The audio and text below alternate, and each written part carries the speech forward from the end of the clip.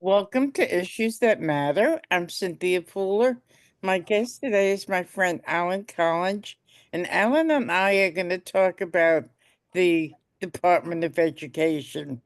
So, Trump has made statements about what he would like to do with the Department of Education. What, what's going on? Well, Donald Trump's kind of a mixed bag on the student loan issue. And let me tell you, the only thing I care about is solving the student loan problem. And to his credit, back in 2015, back when he announced his run for president, he was questioning aloud why the Department of Education is making a profit on student loans. And then as president, quite frankly, he was a disaster from the viewpoint of a student loan borrower. His first 3.5 years as president, um, and the Republicans generally, and we're a nonpartisan group, but the Republicans generally have done everything possible to favor the student loan industry, the lenders, the, and by extension, the colleges and the Department of Education, who's making money off of the scam. But to Donald Trump's credit, he is actually the first president to cancel loans broadly by executive order. This has been a power of the president that has gone essentially unused until Trump's final year, basically 2019, and so that was good to see. The current rhetoric, and we've heard it from the Republicans for a long time, shut down the Department of Education. It sounds good until you look at what does it actually mean. And in the current scenario, um, I don't think saying shut down the Department of Education means actually dismantling the department. Although the Trump administration will try, fact of the matter is the Department of Education is set up through congressional law. It was originally started, I think, in 1977 or so under President Carter. And, even among Republicans behind the scenes, there is a fierce loyalty and defense of the Department of Education. Sort of the quiet part out loud is that there's a lot of people in Washington, D.C. that love the student loan program and the fact that it is a revenue generator for Washington, D.C. And so I think what we're hearing is a lot of bluff and bluster, and it's really pleasant sounding rhetoric to many people. It has a great populist appeal, including to myself, by the way. In my humble opinion, the Department of Education should be taken to the bath and drowned in the tub. The corruption just runs through and around, and all it's part of the DNA of the Department of Education, quite frankly. And the nucleus of that whole thing is the federal student loan program. Since Obama federalized it in 2010, Department of Education has been accruing over $100 billion a year in interest on federal student loans. And, when the lending program was rolled out in 1965, President Johnson at the time, he said the loans would be free of interest. Well, today, we're seeing situations that are just mind boggling, Cynthia. Like, look at the state of Maine, for example. The Department of Education every year takes more interest on student loans out of the state of Maine than all the lobsters harvested in Maine in a calendar year. And, I could go on and on a long list of other states. If you look at California, uh, if you look at just the interest that the Department of Education takes out of the state, it is more than the annual combined revenue of every major professional sports franchise in California. So that's the Lakers and the Dodgers and the Sacramento Warriors and the three baseball teams and three basketball teams and I think three or two football teams. We're talking billions and billions and billions of dollars, huge amount of economic activity. All of that, more than that, is taken out of state by the department. One last example, the state of Florida. The largest employer in the state of Florida is Disney World, generates about $5 billion a year in annual revenue. The Department of Education takes around $6 billion out of the state of Florida in interest. So remember, this is not people paying back their loans. This is the loan sitting there, not being touched. Only the interest is beggaring these states. And so the Department of Education, certainly the Office of Federal Student Aid, should be closed. These loans have got to be dealt with. And whether it's a Republican or a Democrat in office really doesn't matter. So who do you think has a bigger hand in this? President Trump or Elon Musk? Well, you never know. It's a very chaotic system. You never know where change is going to emanate from. If Elon's people have the research prowess that they claim, and if they're honest, they could take one look at the Department of Education and see far, far, far, far more corruption than they could ever dream of with the USAID. I'll give you maybe one small example. I don't know how many tens of billions of dollars it is, but if you look at all the largest contracts of the Department of Education, like 93% of all of these largest contracts all go to student loan companies, servicing companies, and collection agencies more than Okay. anything. So Doge or Elon could look at this and say, whoa, what's going on here? If you want to talk about inefficiency, nobody was paying on their student loans since 2020 when COVID hit. Right. Today, now that the loans are turned back on, COVID is over. Even still, around 85% of all borrowers are not making payments on their loans. Nonetheless, these collection companies and servicers are being paid tens of billions of dollars every year. Um, and for what?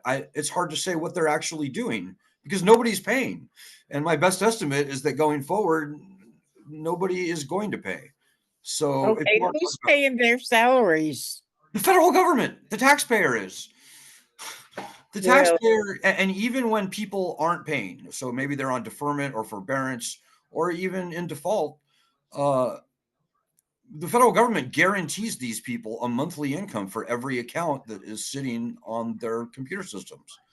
So this is a huge, massive drain on the taxpayer, and it's not going to get better because people are done. The federal student loan program is, by all rational metrics, catastrophically failed. I mean, when 80% or more of the people aren't making payments, that's not a program that can continue. And there's another really interesting stat that another group came up with many years ago. Actually, this is around 2011 or so. They found that on defaulted student loans, the federal government was paying these collection companies something like $35 for every $1 that they wound up collecting in payments from the borrowers. So if you want to talk about waste, fraud, and abuse, this is the most wasteful government enterprise that I can think of. I mean, this is far worse than, a $500 hammer. This is more like a $5,000 hammer, and it's just ridiculous. I hope that some sober, clear-headed people in Washington D.C. will take an unbiased look at this loan fiasco and simply call it what it is. So, there's been a lot of controversy over USAID, but I haven't heard too much controversy over the dismantling of the Department of Education. I that's really interesting, isn't it? I think there is a tacit acknowledgement from all sides that yes, the Department of Education has very serious problems. So my fear and my gut tells me that Elon and Trump and the Republicans, they're going to tiptoe right around the federal student loan program. They're going to look at socially saleable political issues, DEI nonsense like what we saw with USAID, and transgender stuff and culturally divisive stuff. That's my fear, is that we're just going to see more of this political mudslinging and political opportunism here, and that when it comes to actually looking at the actual waste, fraud, and abuse at the Department of Education, they're going to treat the federal student loan program with kid gloves. I hope I'm wrong. That's pretty damning, I think. Well, yeah. I think certainly people who know as much as I do, more than I do, in Washington, D.C., they know that this lending system is failed and that it's been failed for really the last decade or so. So Musk and Trump have to know that, right? I think they do. I know that Donald Trump knows what a scam the student loan program is. Um, Okay. I think if anybody can change the just horrible misinformational politics in this country around the student loan issue, I think it's Donald Trump. I think Donald Trump tomorrow could stand up and say, "Look, people, I don't know what you think about student loan borrowers or whatever you think, but I'm telling you, this lending program, this department is a cancer on the country, and at a minimum, they've got to return bankruptcy rights to the loans.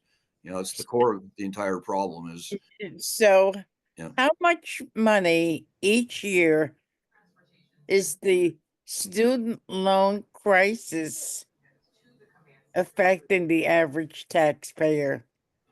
Well, up until recently, nothing, because up until recently, the Department of Education was getting back pretty much every nickel it was lending out in payments from the borrowers. But now all bets are off, Cynthia, because nobody's paying now. Okay. The department was getting back $85 billion a year in revenue from the borrowers up until 2020. But now I don't think they're even going to get back maybe $15 billion in payments, and they're lending out $90 billion a year. So, but the way it's affecting the people of this country is extraordinary. We've got 40 million people of the 43 million total who are underwater on their loans. And this is only going to get much, much worse. We have people committing suicide, killing their family members. We have people committing murders now. One guy in Pennsylvania, actually, and he was no liberal, by the way. He was kind of a QAnon guy. He literally declared war on the federal government and then murdered his father, who happened to be a federal pensioner. So people are snapping. These loans have been turned back on, and the student loan sharks are really sinking their teeth into people. And while they're not going to get much money from them, because people are done, Cynthia. People are done paying. It's going to get very vicious. It's going to get very, very, very vicious and cruel over the next year or so, depending on what Donald Trump does and the Republicans do or don't do. The federal bureaucracy with this student loan crisis, how much is that costing the taxpayer each year? Oh, it costs people. It costs this country so much, Cynthia. On one hand, a lot of people don't like the fact that, number one, the colleges charge so massively much money for their colleges, but a lot of people don't like what the colleges are teaching our students these days. And in my humble opinion, they're not wrong in many ways. Right. Right. More than half of, or sorry, a little bit less than half of all students never graduate, number one. But number two, some of the degrees that we're seeing the colleges offer these days are, I'm sorry, but they're just nonsense. You can get a degree in bowling now in some colleges, and that's just the tip of the iceberg.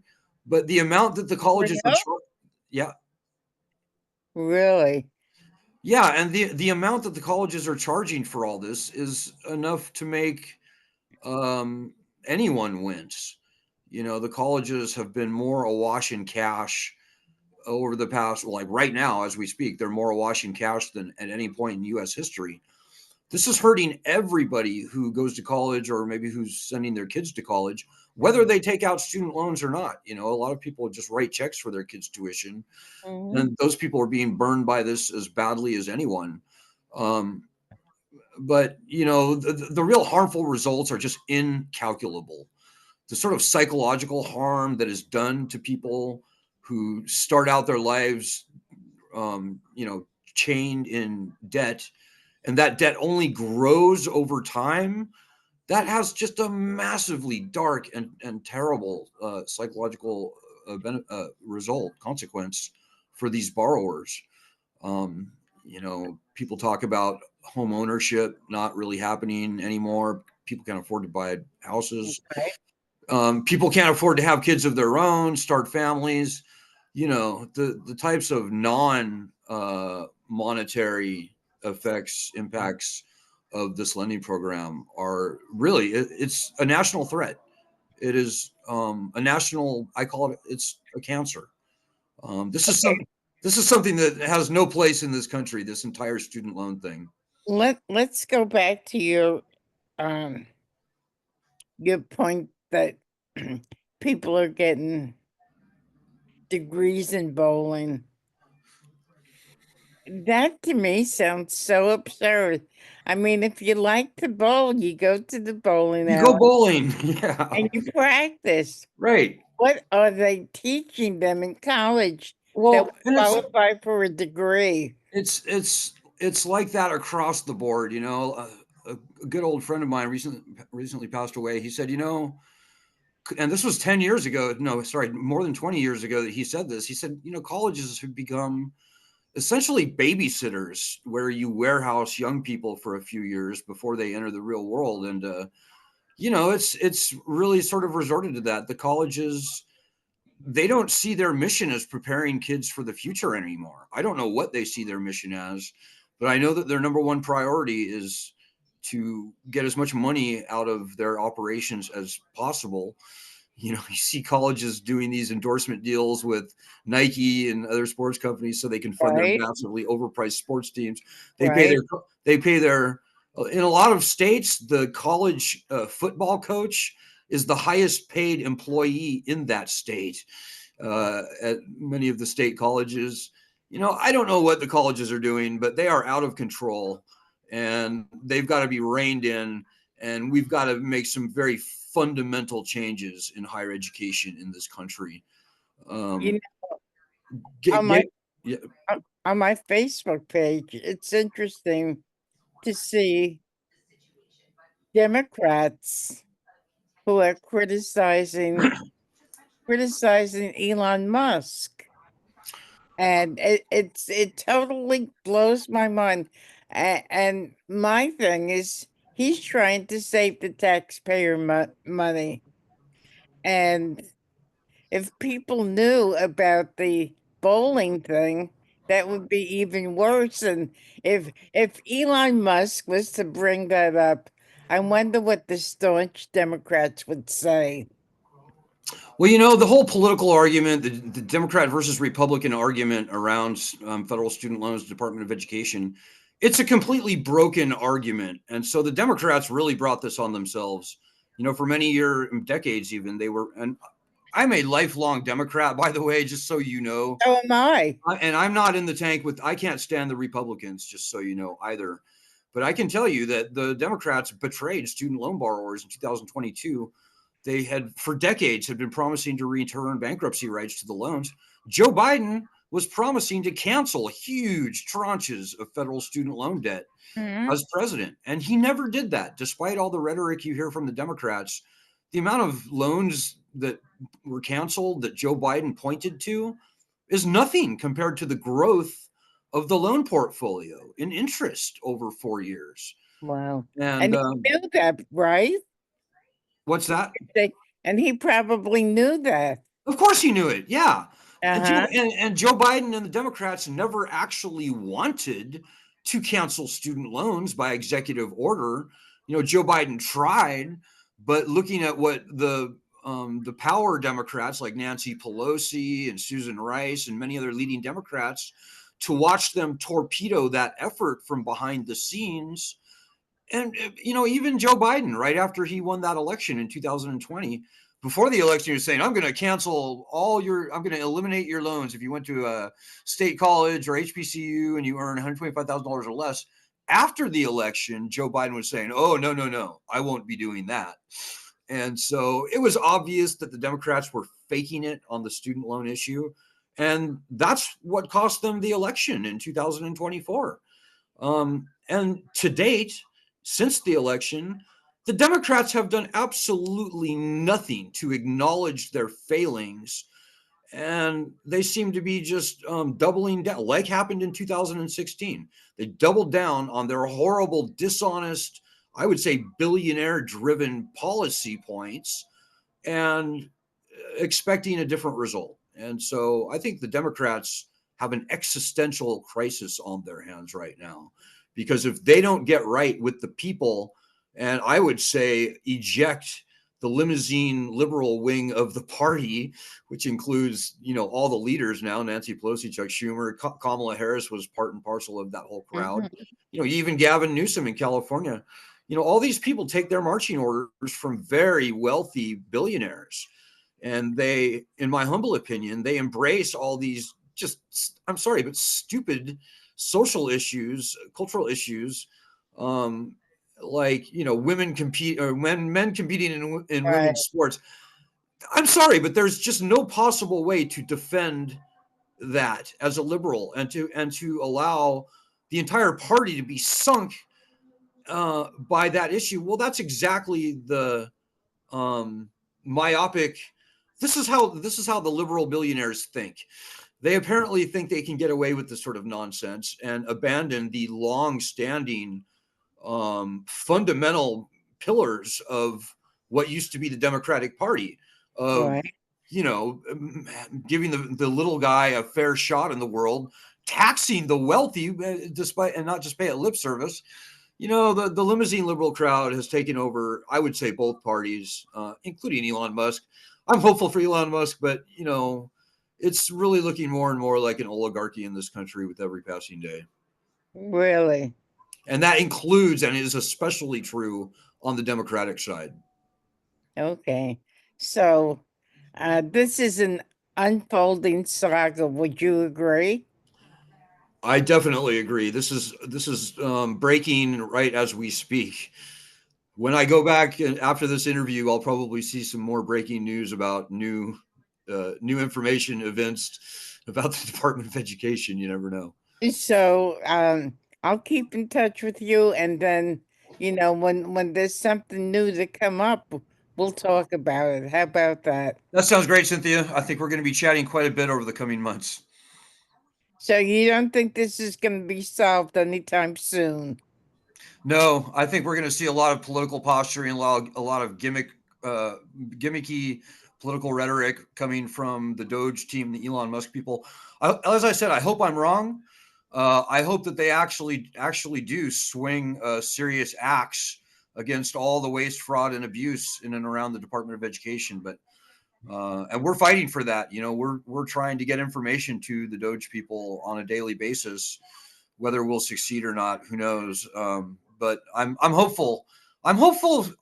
Ironically, I'm hopeful today with Trump and the Republicans in office in ways that I could have never been hopeful with the Democrats. So we'll see. Okay. So we'll talk again. You've been listening to Alan Collinge. I'm Cynthia Pooler. This is Issues That Matter. And if you like this show, please subscribe to my YouTube channel.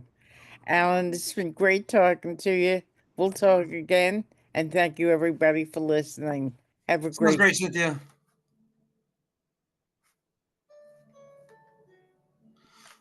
Okay, I am freezing my butt off right now, Cynthia. Okay. So I'll talk to you soon.